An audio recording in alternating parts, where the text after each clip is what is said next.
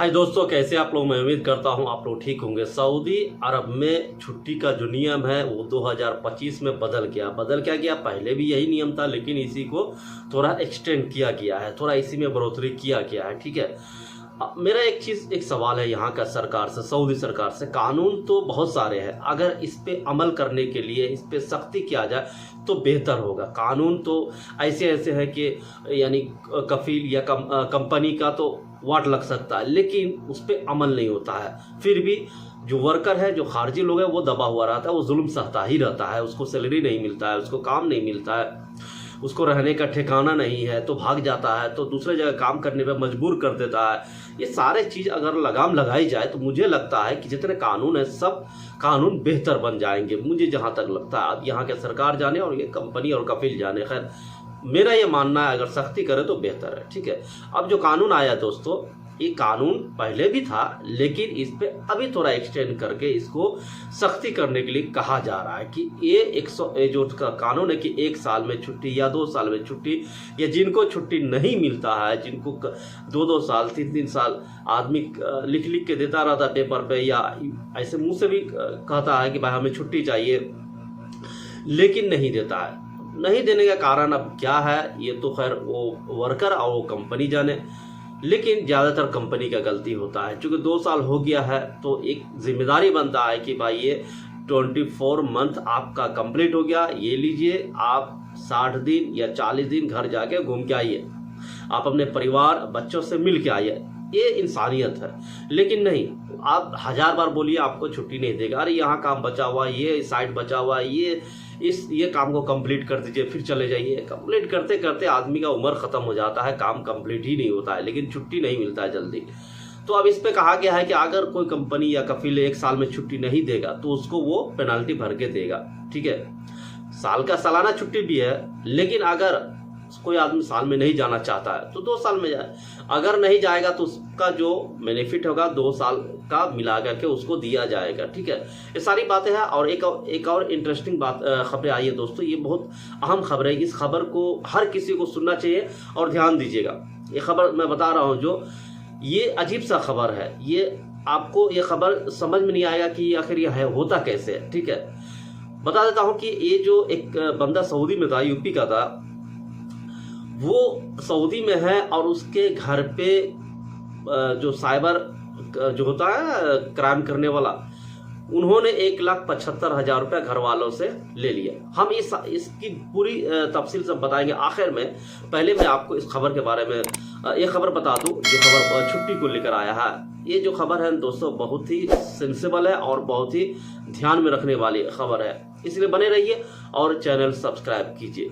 Saudi अरब में काम करने वाले प्रवासी वर्कर को हर साल 21 दिन या 30 दिन की छुट्टी सैलरी के साथ दी जाती है, लेकिन कई बार ऐसी शिकायतें आई है कि कुछ कंपनियां और कफील स्पॉन्सर अपने वर्कर को छुट्टियां नहीं देते। ऐसे मामले में जो वर्कर है अपने देश नहीं जा पाते हैं और उनकी जो छुट्टी है, जो छुट्टियां का पैसा है नहीं दिया जाता है। जो छुट्टी का पैसा बनता है वो भी नहीं मिलता है, वो भी ख़त्म हो जाता है। सऊदी लेबर कानून के आर्टिकल 109 के अनुसार अगर किसी प्रवासी वर्कर को सऊदी अरब में काम करते हुए 5 साल या उससे कम का समय हुआ है तो उसे हर साल 21 दिन की छुट्टी सैलरी के साथ दी जानी चाहिए। देखिए, यहाँ के कानून सख्त नहीं है, सरकार सख्त होगा तो होगा ना। अगर कोई वर्कर 5 साल से अधिक समय से किसी कंपनी या कफील स्पॉन्सर के पास काम कर रहा है तो उसे हर साल 30 दिन की छुट्टी मिलनी चाहिए, और वो भी पूरे सैलरी के साथ। कहा तो जाता है, कानून तो बहुत सारे हैं, लेकिन अमल नहीं हो रहा है। कफील या स्पॉन्सर को ये अधिकार है कि वो किसी वर्कर को किसी विशेष कारण से छुट्टी पर जाने से रोक सकता है। हालांकि यह रोक अधिकतम 90 दिनों तक ही हो सकता है। ठीक है, इसके साथ ही कफील या स्पॉन्सर को ये कारण लिखित में देना होगा कि उन्हें वर्कर को क्यों रोका गया। आपको बताना होगा कि आप रोक रहे हैं तो क्यों रोक रहे हैं। अगर कोई वर्कर अपनी सालाना छुट्टी का उपयोग नहीं करता है तो वो छुट्टी समाप्त हो सकती है, लेकिन सऊदी लेबर कानून के अनुसार वर्कर की छुट्टी और उसका पैसा बचाने का तरीका भी दिया गया है। ठीक है ना, अगर छुट्टी नहीं जाते हैं तो किस तरह आपको पैसा मिलेगा, और लिखित रूप से ही देना लेना करना चाहिए, ये ठीक है। सऊदी लेबर कानून के आर्टिकल 110 के अनुसार अगर वर्कर को कफील या स्पॉन्सर या कंपनी ने किसी कारण से छुट्टी पर जाने से रोका है तो इसे लिखित में दर्ज कराना होगा। कफील, स्पॉन्सर या कंपनी को लिखित रूप में ये स्पष्ट करना होगा कि उन्होंने वर्कर को छुट्टी जाने से क्यों रोका है। आपको बताना होगा कि हम छुट्टी जाने से आपको क्यों रोक रहे हैं, कौन सा साइट पर काम बचा हुआ है या आपकी वजह से काम रुक जाएगा, ये सारी चीज़ आपको बताना होगा। फिर जाकर के ही वो आदमी रुकेगा। अगर रुक रहा है तो वर्कर के छुट्टी के बदले उसे पैसे दिया जाएगा या अगले साल छुट्टी के रूप में मुआवजा दिया जाएगा। अगर आप जितना दिन रुकते हैं उसको आपको मुआवजा देना होगा। ठीक है। सऊदी लेबर कानून आर्टिकल 109 और आर्टिकल 110 के अनुसार वर्कर की सालाना छुट्टियों और उनकी सैलरी को सुरक्षित रखने की प्रावधान है। वर्कर को चाहिए कि वे अपने अधिकार के बारे में जागरूक रहे और किसी भी अन्याय के स्थिति में लिखित प्रमाण पत्र करे, उससे उनकी छुट्टी और सैलरी दोनों की सुरक्षा हो सकती है। एक बात और मैं बता दूं कि आपका जो शिकायत है तभी माना जाएगा जब तक आप अपने एम्बेसी या सरकारी अधिकारी तक वो शिकायत नहीं जाएगा। इतना याद रखिए, क्योंकि आप या कोई भी सऊदी में काम करने वाला अगर उनको कोई भी प्रॉब्लम है, जब तक वो कानून लागू नहीं होगा तब जब तक आप अधिकारी के पास, सरकारी अधिकारी के पास नहीं जाएंगे। बैठे बैठे तो कोई कानून लागू नहीं करता है, कोई भी नहीं सोचता है कि यार ये चीज़ हमारे साथ गलत हो। ठीक है। तो हम या कोई भी आदमी अधिकारी तक पहुंचाएंगे उस खबर को, तभी जाकर के वो कानून लागू करेगा, वरना नहीं होता है। आप देखते होंगे रोड पे, यहाँ के सड़क पे कि जब एक्सीडेंट होता है तो कानून के अधिकारी आता है। ठीक है। सरकारी अधिकारी आता है, पुलिस के रूप में हो या वो ट्रैफिक पुलिस के रूप में हो, आता है ना, तब जाके वो सुलझता है। अगर नहीं आएगा तो वो खबर वहां तक नहीं पहुंचेगा तो नहीं सुलझेगा। या तो इंडिया के जैसा मारा पीटी करके निकलना होगा। ठीक है। 2 थप्पड़ वो मारेगा, 2 थप्पड़ वो मारेगा। तो अधिकारी तक आपकी बात जब तक नहीं पहुंचेगी दोस्तों, जब तक आपका कोई अधिकार नहीं मिलने वाला है। ठीक है। तो ये खबर। दूसरी खबर है जो साइबर ठगी का मामला है। सऊदी में रह के अगर आपको इस चीज़ का खबर नहीं है तो मुझे लगता है कि खबर लेनी चाहिए।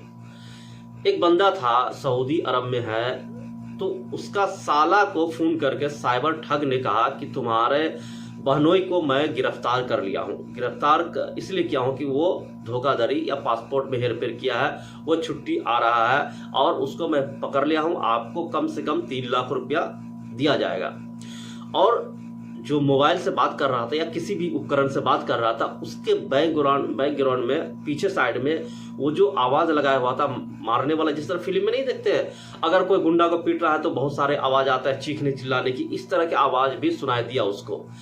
तो जब वो सुनवाया उस आदमी को आवाज़ सारी, वो आदमी घबरा करके यानी 1-2 दिन के अंदर 1,75,000 उसके अकाउंट में नहीं भेजा, QR कोड भेजा। तो बोला भाई मैं QR कोड भेज रहा हूँ तुम्हारे व्हाट्सएप पे, इसको स्कैन करके आप इस अकाउंट में इतना पैसा डालो, तब मैं तुम्हारे बहनोई को छोड़ूंगा। अब ये आदमी घबरा गया, घर का आदमी भी घबरा गया। घर का आदमी जैसे तैसे करके उसको पैसा दे दिया। सबसे पहली बात, कोई भी ऐसा ठग आपको फोन करे, आपको कितना भी रियलाइज करे, सबसे पहले अपने आदमी से, घर वाले को बोल दे कि पहले अपने आदमी से कांटेक्ट करे, उसके बाद वो साइबर पुलिस में जा करके लिखित रूप से वो अपना कंप्लेन दर्ज करे। मुझे लगता है जितने बाहर में प्रदेश में रहने वाले हैं, सऊदी अरब में, कतर, ओमान, कहीं भी रह रहे हैं, वो अपने घर वाले को ये चीज़ बता दे कि कोई भी फ़ोन करे या अपने दोस्त को भी बता दे, कोई भी फ़ोन करे, जब तक तुम हमसे कांटेक्ट नहीं करोगे तुम उसके बात पे यकीन नहीं करना। क्योंकि साइबर ठग है ना दोस्तों, अजीब अजीब तरह के नए तरीके के लिए आते हैं अपने यानी ठगने का बहाना और ठगने का जरिया। तो इसलिए आप अपने फैमिली को, अपने दोस्त अहबाब को ये बता दीजिए कि जब तक मैं ना मुझसे बात ना करे तब तक आप किसी को भी पैसा मत दिए। अगर मुझे गिरफ्तार भी कर लिया कोई, ठीक है, हम मानते गिरफ्तार करें, तो आप हमसे संपर्क कीजिएगा। 1 दिन, आधा दिन, कम से कम 1.5 दिन 2 दिन रुक जाइएगा, हमसे संपर्क कीजिएगा, हम तो फ़ोन करेंगे ही। अगर नहीं किए तो आप मुझे फ़ोन कीजिएगा, व्हाट्सएप कीजिएगा, या अपने जो सऊदी में हमारे दोस्त लोग हैं उनसे बात करने की कोशिश कीजिएगा। तब जाकर के आप किसी को पैसा पे कीजिएगा। अगर फिर भी नहीं होता, हम बात नहीं कर पाते, तो आप साइबर पुलिस है वहाँ आप कंप्लेंट दर्ज कीजिएगा। ये चीज़ अपने परिवार को बता दीजिए, क्योंकि ऐसा ना हो कि ये जो अभी हुआ है घटना, इस घटने के जैसा आपके साथ भी हो जाए। देखिए, ये हर किसी के साथ नहीं होता है, ये इक्का दुक्का किसी के साथ ही होता है, लेकिन जिसके साथ भी होता है वो कभी भी यही सोचता है यार हमको पता ही नहीं था ये, ठीक है।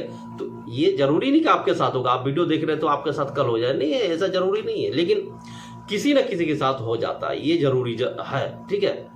तो ये चीज़ ख्याल रखिएगा, ठीक है। और अपने घर वाले को बोल दी कि जब तक हमसे संपर्क ना हो तब तक तुम किसी पे बिलीव मत करना, यकीन मत करना। कोई भी फ़ोन करे, चाहे जितना भी पुलिस हो, आप पुलिस वैसे भी आपको फ़ोन करके कभी भी पैसा नहीं मांगेगा, QR कोड भेज के नहीं मांगेगा, फिजिकली बुलाता है, पुलिस स्टेशन बुलाएगा या जहाँ भी गिरफ्तार हुए हैं वहाँ बुलाएगा, फिजिकली जाएगा। अगर सऊदी में गिरफ्तार हुए हैं तो इंडियन एम्बेसी, इंडिया पुलिस को कॉल करेगा, वो आपके घर पे फिजिकली जाएगा। ये फ़ोन नहीं जाता है, फिजिकली जाता है, ठीक है, ये याद रखिएगा, ठीक है ना।